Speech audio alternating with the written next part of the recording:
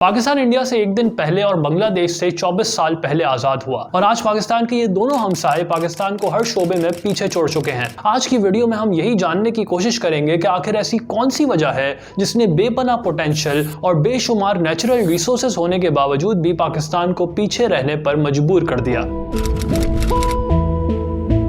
इस बात में कोई शक नहीं कि पाकिस्तान को अल्लाह ने बेशुमार कुदरती वसाइल और बहुत ही अहम स्ट्रेटेजिक लोकेशन पर कायम किया है, लेकिन पाकिस्तान के हालात शुरुआती दौर से ही इंतहाई कमजोर रहे थे। पाकिस्तान आज़ाद होते ही फाइनेंशियल क्राइसिस की जद में आ गया था। 1947 में जब पाकिस्तान आज़ाद हुआ तो लाखों लोगों ने इंडिया से पाकिस्तान और पाकिस्तान से इंडिया हिजरत की, जिसमें लाखों लोगों का कत्लेआम हुआ। हजारों खवातीन का जिनसी तशद्दुद किया गया और कई लोगों के टुकड़े कर दिए गए, जिस वजह से इसे इंसानी तारीख की सबसे बड़ी माइग्रेशन में से एक कहा जाता है। पाकिस्तान उस वक्त भी दुनिया का 5वां सबसे बड़ा मुल्क था और आज़ाद होने के फौरन बाद ही रेफ्यूजी क्राइसिस और मसला कश्मीर पैदा हो गया।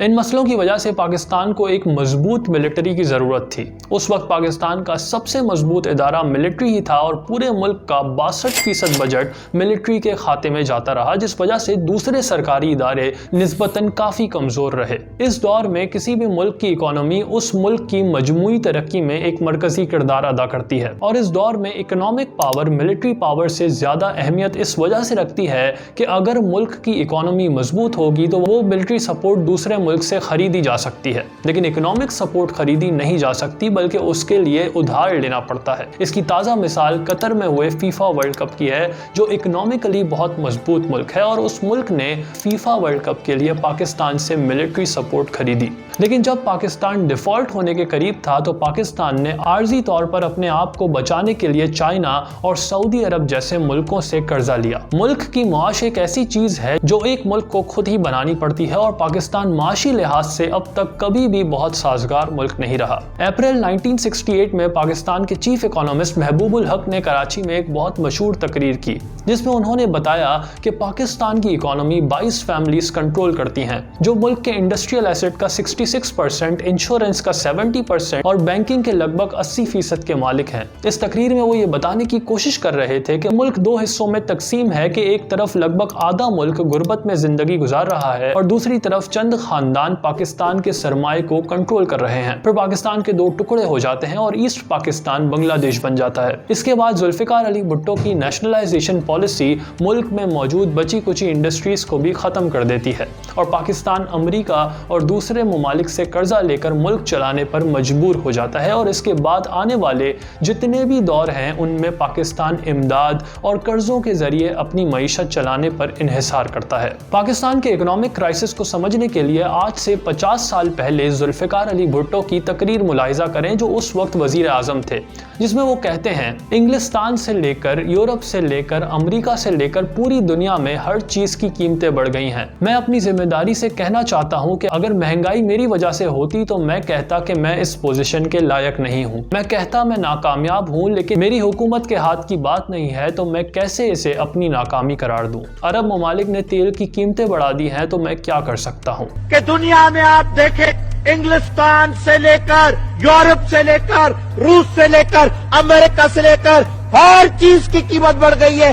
इसलिए उसका असर, आपको जिम्मेदारी से कहना चाहता हूं कि अगर हमसे इस बात में गलती हो जाती तो मैं कहता कि मैं लायक नहीं हूं हुकूमत चलाने के लिए। मैं आपको फिर कहता कि मैं नाकामयाब रहा हूं। लेकिन जब मेरे हाथ में बात नहीं है, जब मेरी हुकूमत के हाथ में बात नहीं है, जब सारी दुनिया जैसे मैंने कहा मुतासिर है इस महंगाई का, तो मैं इस सिलसिले में क्या कहूं। ये अल्फाज आज से 50 साल पहले पाकिस्तान के वजीर आजम जुल्फिकार अली भुट्टो के हैं, जो अवाम को समझा रहे हैं कि महंगाई में उनकी कोई गलती नहीं है। और आज 50 साल बाद पाकिस्तान के वजीर आजम की तकरीर में कोई ज्यादा फर्क हमें दिखाई नहीं देता है।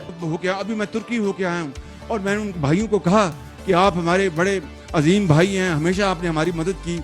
और मैंने यही कहा, जब मैं आया हूँ तो आप समझेंगे शायद ये मांगने आया है। मैं मांगने नहीं आया, लेकिन मजबूरी है हमारा। जिस तरह माजी में 75 साल में आपने हमारा हाथ बटाया है, कुछ अर्सा आप हाथ बटा दें। पाकिस्तान की मईशत पिछले 75 सालों से इसी कशमकश का शिकार दिखाई देती है, जिसका अंदाजा आपको ये स्टेटमेंट सुनकर भी अच्छी तरह हो जाएगा। इसकी हकीकत सुनकर आप हैरान रह जाएंगे। इस स्टेटमेंट में लिखा हुआ है कि अगरचे पिछले सालों में पाकिस्तान की एक्सपोर्ट्स में इजाफा हुआ है, लेकिन मुल्क शदीद तजारती खसारे से दोचार है। पाकिस्तान इंपोर्टेड ऑयल पर इन्हिसार करता है। बैरून मुल्क पाकिस्तानियों से हासिल होने वाले डॉलर्स की मिकदार में भी कमी वाक़ हुई है, जिस वजह से करंट अकाउंट डेफिसिट बढ़ गया है और हुकूमत पाकिस्तान की कमज़ोर पॉलिसीज़ की वजह से फसलों की पैदावार में भी कमी आई है।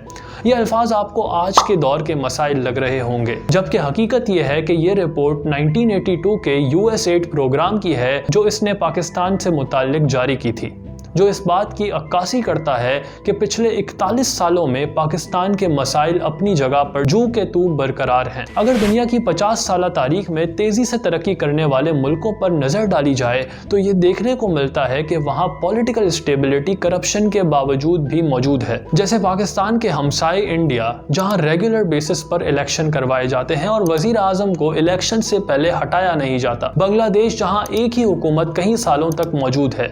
मलेशिया में महाथीर मोहम्मद ने भी 22 सालों तक मलेशिया में हुकूमत की और मलेशिया को डेवलपिंग से डेवलप्ड कंट्री में तब्दील कर दिया। ली कुआन यू भी 31 सालों तक सिंगापुर में वजीर आजम रहे, जिन्होंने सिंगापुर को जदीद दुनिया और डेवलप्ड कंट्रीज की लिस्ट में शुमार होने में अपना मरकजी किरदार अदा किया और आज सिंगापुर दुनिया के मजबूत तरीन पासपोर्ट्स में नंबर 1 पर आता है। लेकिन अगर पाकिस्तान की बात की जाए तो अब तक पूरी पाकिस्तान की तारीख में एक वजीर आजम ऐसा नहीं रहा जिसने अपनी 5 साल हुकूमत को पूरा किया हो, जिस वजह से हर चंद सालों में पाकिस्तान को अपनी ही तारीख का एक बदतरीन सियासी बहरान देखने को मिलता है, जो पाकिस्तान की कमज़ोर सियासी हकीकत की दास्तान सुनाता है। और यही चीज़ पाकिस्तान की मईशत को असरअंदाज करती है, जिस वजह से डॉलर ऊपर जाता है, स्टॉक मार्केट नीचे आती है, एनार्की और फसादात पाकिस्तान के अंदर, सरमायादार और पढ़े लिखे नौजवान पाकिस्तान से बाहर जाते दिखाई देते हैं। तो फिर यहाँ पाकिस्तान के पार्लिमानी निज़ाम पर भी सवाल पैदा होता है, जो अब तक पाकिस्तान में कामयाब नहीं हो सका।